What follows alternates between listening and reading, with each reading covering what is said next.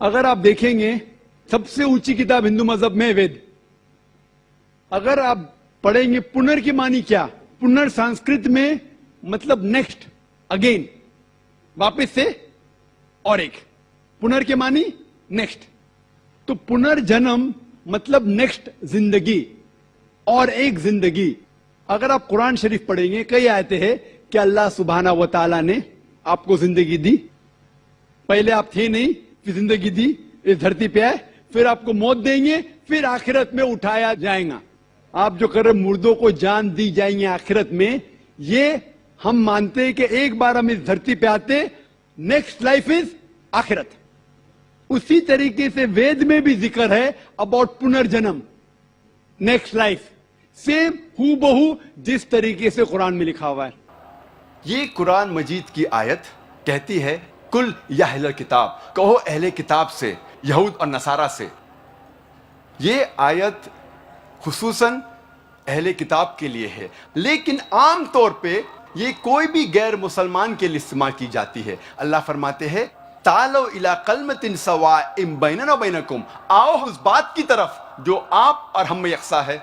सबसे पहली बात, अल्लाह नाबुदा इल्लल्लाह, हम सिर्फ एक खुदा की इबादत करें। कोई भी मजहब, कोई भी धर्म समझने के लिए हमें धर्म के मानने वालों को नहीं देखना चाहिए, क्योंकि अक्सर धर्म के मानने वाले या मजहब के मानने वाले खुद नहीं जानते उनका धर्म या उनका मजहब क्या कह रहा है। सबसे अच्छा और सबसे बेहतरीन तरीका कोई भी धर्म या मजहब को जानने के लिए है कि उस मजहब की किताबों का मुताला कीजिए। इसीलिए अगर हम हिंदू धर्म को जानना चाहते हैं तो हमें हिंदू को नहीं देखना चाहिए, हमें तहकीक करना चाहिए हिंदू धर्म की किताबों का।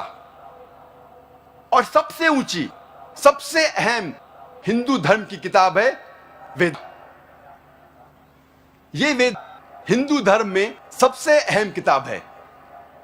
उसके बाद है उपनिषद, पुराणास, इतिहास, मनुस्मृति, लेकिन सबसे अहम है वेद। अगर हम मजहब इस्लाम को जानना चाहते हैं तो हमें मुसलमानों को नहीं देखना चाहिए, हमें तहकीक करना चाहिए मजहब इस्लाम के किताबों का। और सबसे अहम किताब मजहब इस्लाम में है कुरान मजीद। कुरान मजीद सबसे अहम किताब है मजहब इस्लाम में। और इसके बाद है सही हदीस। इस तकरीर में मैं उन यकसानियत का जिक्र नहीं करूंगा जो आम हिंदू और आम मुस्लिम जानते हैं।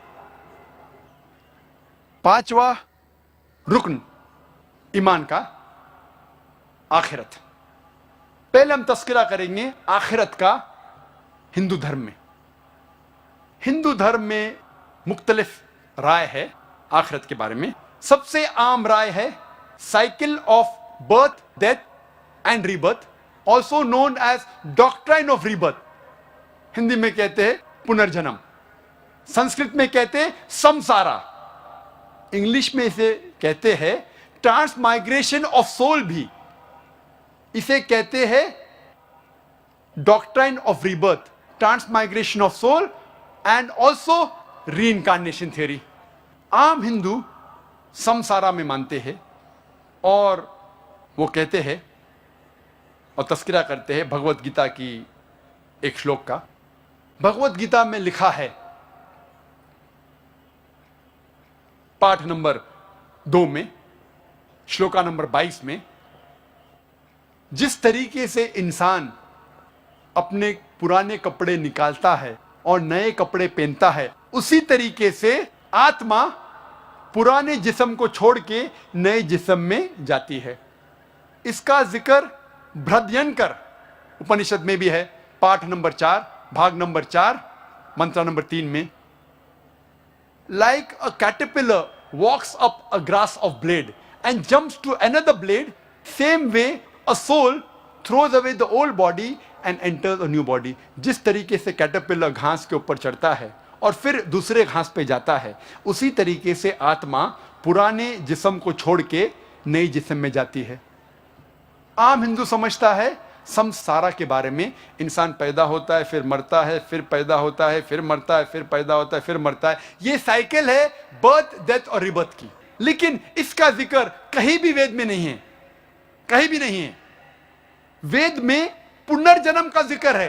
पुनर्जन्म की मानी, पुनर् मतलब नेक्स्ट, अगला, जन्म मतलब बर्थ, नेक्स्ट बर्थ, पुनर्जन्म।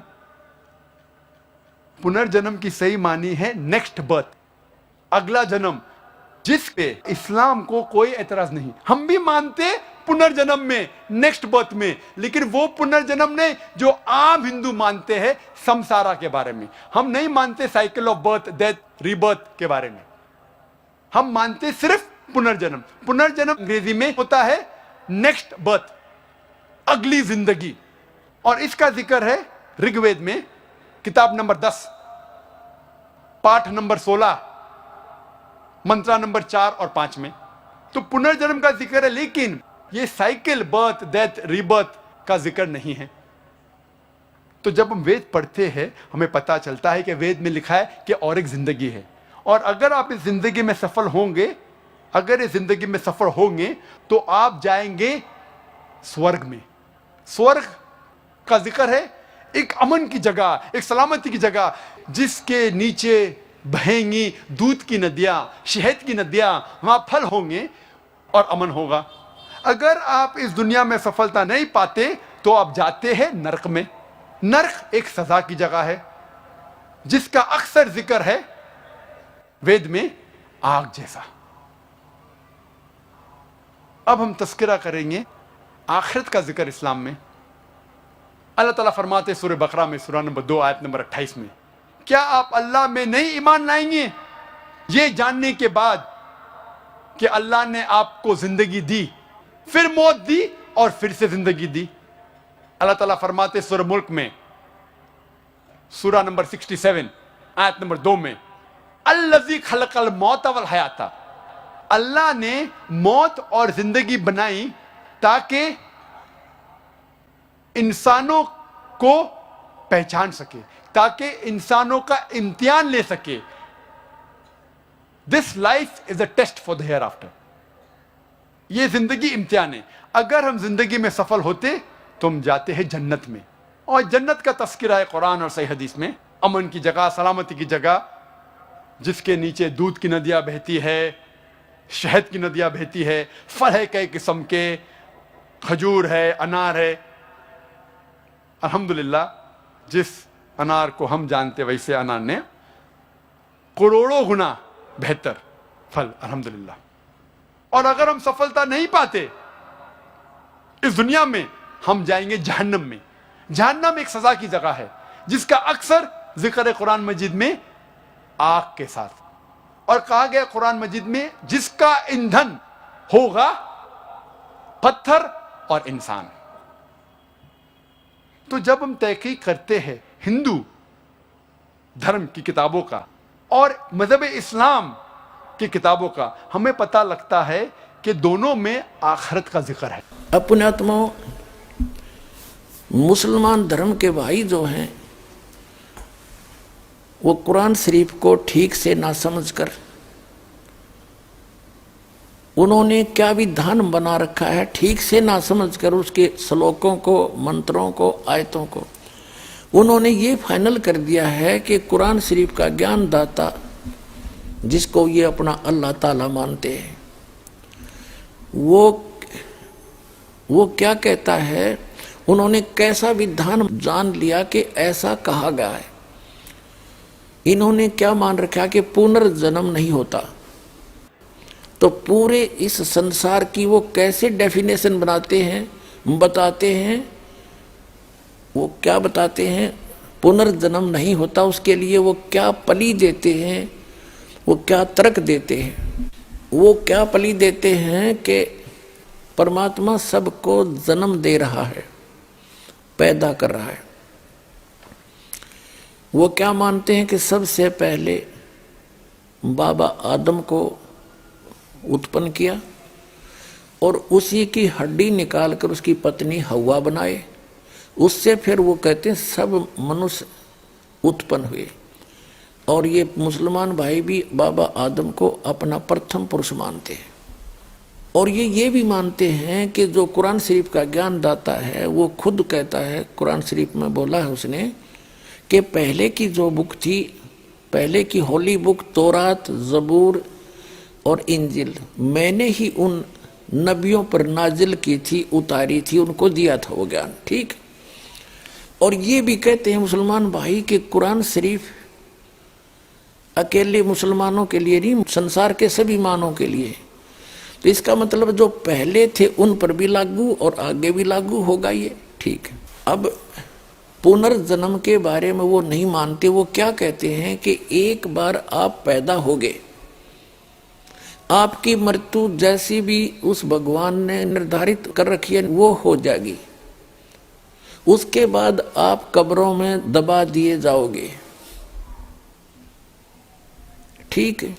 और जब कयामत आवेगी, यानी कयामत माने महाप्रलय होगी, पृथ्वी भी नहीं रहेगी, सारा कुछ नाश हो जाएगा, आकाश भी नहीं रहेगा, उस समय आप सभी को उन कब्रों से निकाला जाएगा और फिर जीवित किया जाएगा। जिन्होंने कुरान शरीफ के ज्ञानदाता की आज्ञा का पालन किया और उसके अनुसार भक्ति साधना उपासना करते रहे, वो तो जाएंगे जन्नत में। और जिन्होंने आज्ञा का पालन नहीं किया, जो विमुख रहे और बकवाद करते रहे, वो जाएंगे नरक में। स्वर्ग को कहते हैं वो जन्नत यानी बहिश्त, और नरक को कहते हैं दोजख। तो सदा के लिए फिर कोई जन्म नहीं होगा, इनका मानना है। किनका? मुसलमान भाइयों का। ये दोष मुसलमान भाइयों का नहीं है, उनके कुरान शरीफ के पढ़कर सुनाने वालों की गलती रही है, वो समझ नहीं सके। जैसे पवित्र बाइबल के अंदर जो वर्णन है, परमात्मा निराकार है, उसमें स्पष्ट लिखा है प्रथम ही उत्पत्ति में, और आज तक सब उसको निराकार बता रहे।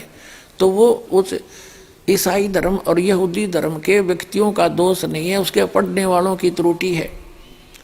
ऐसे ही गीता जी के अंदर जो वर्णन है, ये श्री कृष्ण जी को सुप्रीम पावर मान रहे थे। गीता जी के जो अनुवाद करता और इसके विवेचन करता, इस पर प्रवचन करता हमारे हिंदू धर्म के आचार्य और शंकराचार्य, संत, महंत और मंडलेश्वर, इनको कख भी पता नहीं था। तो ये दोष हिंदू धर्म के व्यक्तियों का नहीं है, ये दोष उन नीम हकीम गुरुओं का, जो समझ नहीं सके इस पवित्र ग्रंथ के रहस्य को। इसी प्रकार ये कुरान शरीफ के अंदर जो गूढ़ रहस्य, उसको ना समझकर जो मुसलमान धर्म के सभी लोग भ्रमित हैं, वो उनका दोष नहीं है, वो उन मुल्ला और काजियों का है, जो उनको समझ नहीं सके, ढंग से समझा नहीं सके। अब इन्होंने तो फाइनल कर दिया कि जो जन्म ईब ताप का हो गया और मृत्यु हो जाएगी, कब्र में दबा दिए बस। उसके बाद कभी कयामत आवेगी, आखिरत आवेगी। आखिरत माने अंत आवेगा। तो उस समय सबको एक वचन से वो अल्लाह जीवित कर देगा, और फिर स्वर्ग में जाने वाले स्वर्ग में जाओ, नरक में जाने वाले नरक में। फाइनल कर दिया, फिर कभी कुछ नहीं होगा। ये मानना है मुसलमान धर्म के व्यक्तियों का। पहले भी नहीं हुआ है ऐसा, एक ही बार होगा, यू फाइनल है इनका। अगर पहले कभी हुआ होता, जन्म भी फिर कयामत आई होती, तो पुनर्जन्म आपा हो गया। तो ये मानते नहीं पुनर्जन्म को, बिल्कुल नहीं मानते। तो पुण्यात्माओं, उस जन्नत ने शर्मा मारेंगे। अरबों वर्ष तक उस कब्र में घुसड़े पड़े रहे हम, अरबों वर्ष के बाद फिर कभी कयामत होगी, जब उस मत निकाले जाएंगे। इस तक बूंदी कह देता पहले भोग लिया हमने, चाहे नरक में जाओ चाहे स्वर्ग में, इससे बूंदा नरक क्या होगा। लेकिन वास्तविकता क्या है कि पुनर्जन्म होता है। ये कयामत कब आती है?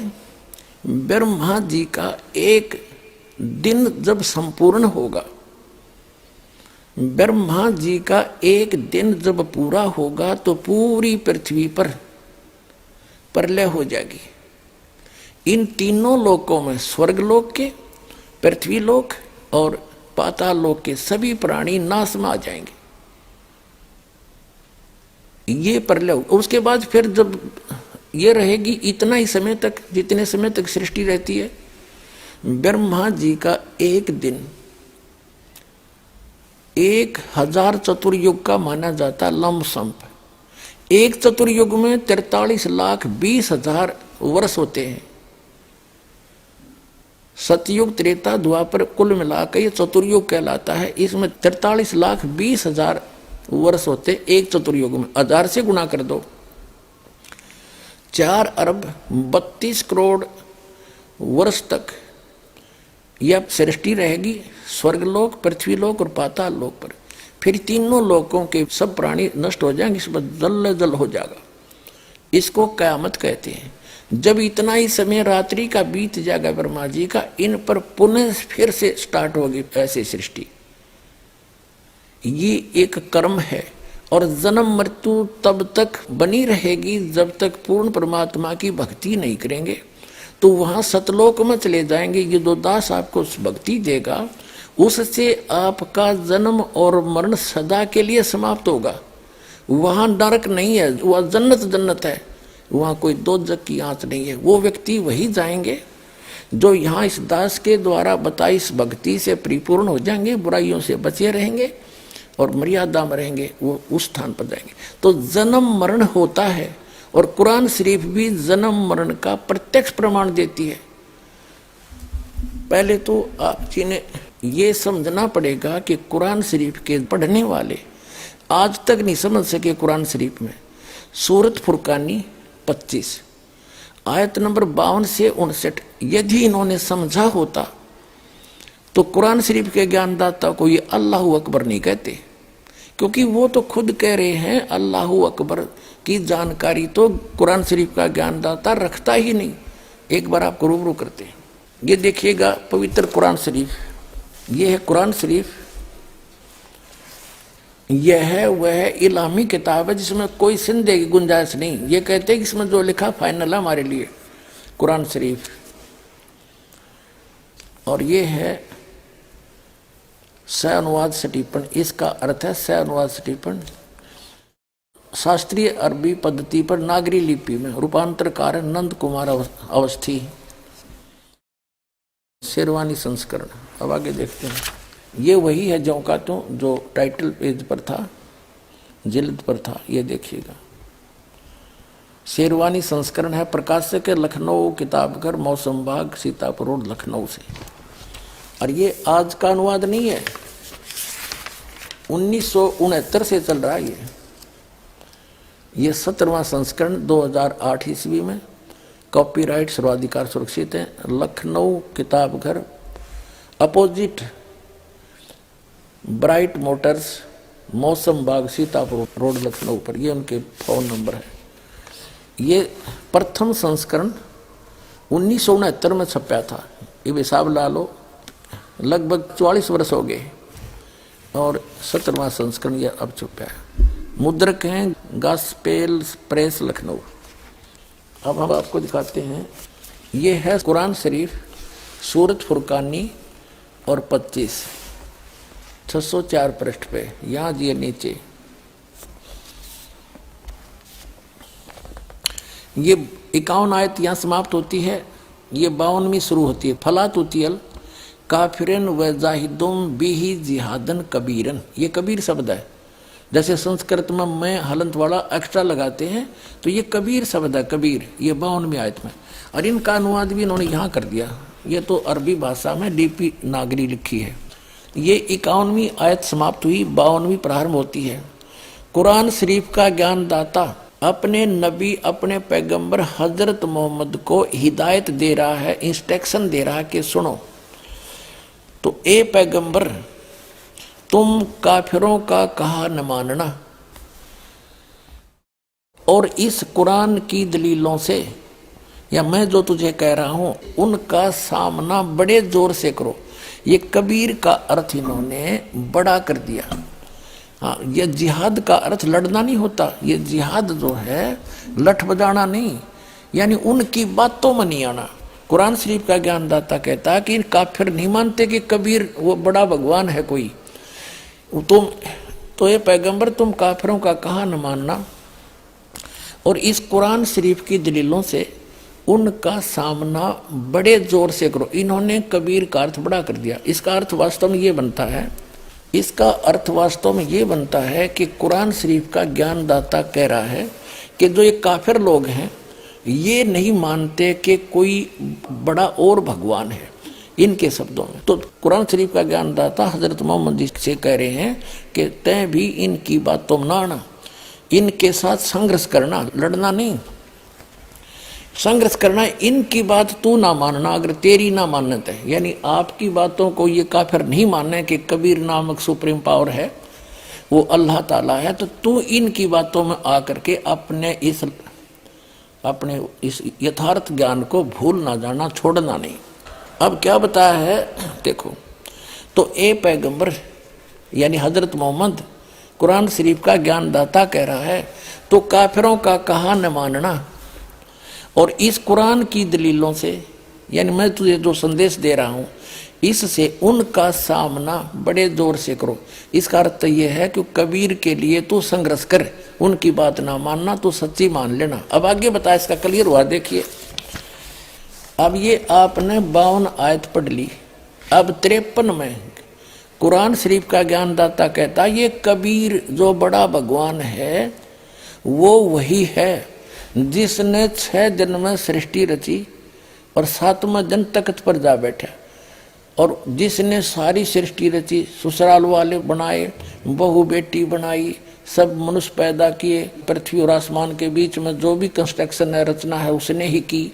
तो कुरान शरीफ का ज्ञानदाता तो रचनार भी कौन, ये तो कोई और बता रहा है कि वो है सारी सृष्टि का रचने वाला, और वो अल्लाह बड़ा है। वो 6 दिन में सृष्टि रचकर 7वें दिन तख्त पर जा बैठा, तो कुरान शरीफ का ज्ञानदाता वो अल्लाह बड़ा नहीं है। देखो अब हम 53 आयत पढ़ेंगे। और वही है वो कबीर नामक अल्लाह, कबीर अल्लाह बड़ा अल्लाह वही है जिसने 2 दरियाओं को मिला चलाया, एक का पानी मीठा प्यास बुझाने वाला और एक का खारी कड़वा, और दोनों में एक आड़ और मजबूत रोक बना दी। और वही है जिसने पानी की बूंद से आदमी को पैदा किया, फिर उसको साहिबे नसब यानी किसी का बेटा या बेटी, और ससुराल वाला यानी किसी का दामाद बहू बनाया। और तुम्हारा परवरदिगार हर चीज करने पर शक्तिमान है। अब 54 आयत पढ़ लिया हमने। और काफिर अल्लाह के सिवा ऐसों को पूजते हैं जो न उनको नफा पहुंचा सकते और न उनको नुकसान पहुंचा सकते हैं। और काफिर तो अपने परवरदिगार से पीठ दिए हुए हैं, मुंह मोड़े हैं।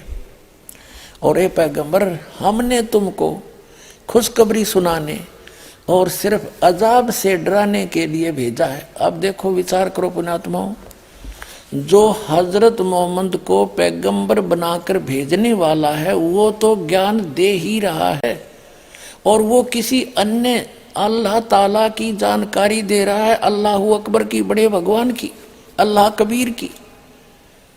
तो कुरान शरीफ का ज्ञानदाता अल्लाह कबीर नहीं है। आप देखो तो, और ये पैगंबर हमने तुमको खुशखबरी सुनाने और सिर्फ अजाब से डराने के लिए भेजा है। इन लोगों से कहो कि मैं तुमसे इस अल्लाह के हुक्म पर कुछ मजदूरी नहीं मांगता, हाँ जो चाहे अपने परवरदिगार तक पहुंचने की राह इख्तियार कर ले। और ए पैगंबर उस जिंदा पर भरोसा रखो। और जिंदा जो अरबी भाषा है उसमें जिंदा शब्द लिखा है, उसका अर्थ जिंदा है। जिंदा का अर्थ है क्योंकि ये परमात्मा जिन भी महापुरुषों को मिले हैं वो अल्लाह अकबर यानी ग्रेट गॉड, कंप्लीट गॉड, वहां से चलकर आता है, स्वयं सह शरीर आता है। और जिंदा महात्मा का रूप बनाकर अच्छी आत्माओं को मिलता है, ये वेद गवाही देते हैं और आंखों देखा संत गवाही देते हैं। तो आदरणीय धर्मदास साहिब जी को भी जिंदा महात्मा के रूप में मिले, एक संत के रूप में, जिंदा एक बाबा के रूप में। आदरणीय मलुकदास जी को भी जिंदा बाबा के रूप में मिले। आदरणीय नानक साहिब जी को बेई नदी पर जिंदा महात्मा के रूप में मिले, और आदरणीय दादू साहिब जी को भी जिंदा बाबा के रूप में मिले। आदरणीय गरीबदास साहिब जी को गांव छुड़ानी जिला ददर हरियाणा के खेतों में, छुड़ानी के खेतों में जब गऊ चरा रहे थे, वहां सतलोक से आए परमात्मा जिंदा महात्मा के रूप में थोड़ी सी दूर पर आकर उतर के उनसे मिले, उनको सचखंड ले गए। इन सब महात्माओं को फिर वापस छोड़ा। तो इन सभी महात्माओं ने कहा कि जैसे आदरणीय गरीबदास साहिब जी ने कहा कि अनंत कोट ब्रह्मांड का एक रति निवार सतगुरु पुरुष कबीर है, ये कुल के सिरजनहार। हम सुल्तानी नानक तारे दादू को उपदेश दिया, जात जुलाहा भेद नहीं पाया, वो काशी माए कबीर हुआ। तो जिसको भी वो मिले हैं जिंदा महात्मा के रूप में मिले, ऐसे ही हजरत मोहम्मद जी को मिले थे परमात्मा जिंदा महात्मा के रूप में। और हजरत मोहम्मद जी को यहाँ इस एक ब्रह्मांड के अंदर परमात्मा ने अपना मिनी सतलोक बना रखा है। जैसे प्रत्येक देश का प्रत्येक देश में एक राजदूत भवन होता है, तो इसमें ले गए थे हजरत मोहम्मद को, वहां समझाने की चेष्टा की, पर नीचे इनके बहुत अनुयायी हो गए थे, यहाँ उनकी खूब प्रभुता हो गई थी। वो परमात्मा अल्लाह अकबर कहते हम मोहम्मद को वहां ले गए, उस सूक्ष्म वेद में गॉड की अपने मुख से बोले हुए अमृत तत्व ज्ञान में परमात्मा ने, अल्लाह अकबर ने, कबीर भगवान ने बोला है हम मोहम्मद को वहां ले गए, इच्छा रूपी वहां नहीं रहो। उल्ट मोहम्मद मैल पठाया, गुज बीरज एक कलमा लाया, रोजा बंग नमाज दई रे, बिस्मल की नहीं बात कही रे।